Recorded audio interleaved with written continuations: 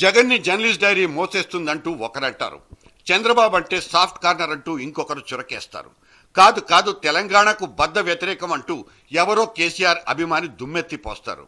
సగటు జనం ఏమనుకుంటున్నారో, వాటి పరిణామాలు మనల్ని, మన చుట్టూ ఉన్న రాజకీయాల్ని, వాటిని నడిపే పార్టీల్ని, ఆయా నాయకుల్ని ఎలా ప్రభావితం చేస్తున్నాయనే విశ్లేషణలే జర్నలిస్ట్ డైరీకి ప్రధానం. మనం చూస్తున్న, గమనిస్తున్న సంఘటనల ప్రాతిపదికన మనం కొన్ని అభిప్రాయాలకు వస్తాం. ఇది ప్రతి వ్యక్తికి సహజంగా అబ్బిన ఒక లక్షణం. అయితే అందరూ ఒకే రీతిలో ఒకే అభిప్రాయానికి రాలేరన్నది అంతే సహజం, నిజం కూడా.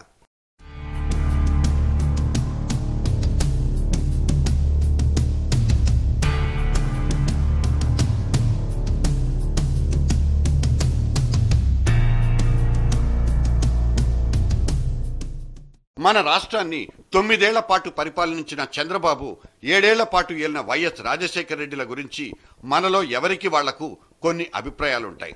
వాటిలో కొన్నింటిని కాలక్రమంలో మనం మార్చుకోవచ్చు కూడా. చంద్రబాబు పరిపాలనలో రాష్ట్రం కొన్ని రంగాల్లో అద్భుతమైన పురోగతి సాధిస్తే, వైఎస్ జమానాలో కూడా ఇంకొన్ని రంగాలు అభివృద్ధి చెందాయి. కానీ ఆయా కాలాల్లో వాళ్ళు చేసిన కొన్ని తప్పిదాలు, ఇంకొన్ని ఘోరమైన పొరపాట్లు మనల్ని నిలువునా ముంచేశాయి.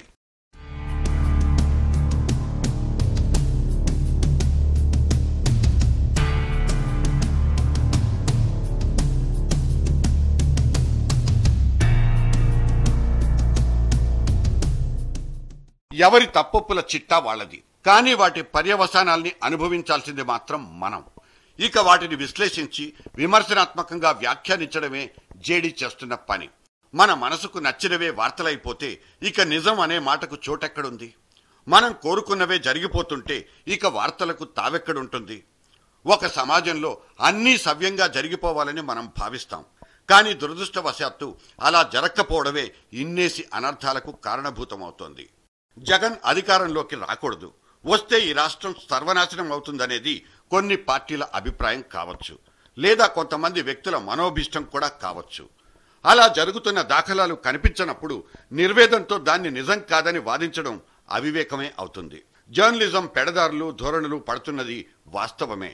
అయితే మనం వాంఛించినవేవీ జరగడం లేదనే కారణంతో మీడియా మొత్తాన్ని ఒకే ఘాటాన కట్టేసి అబద్ధాలంటే అది బేసబెబే అవుతుంది.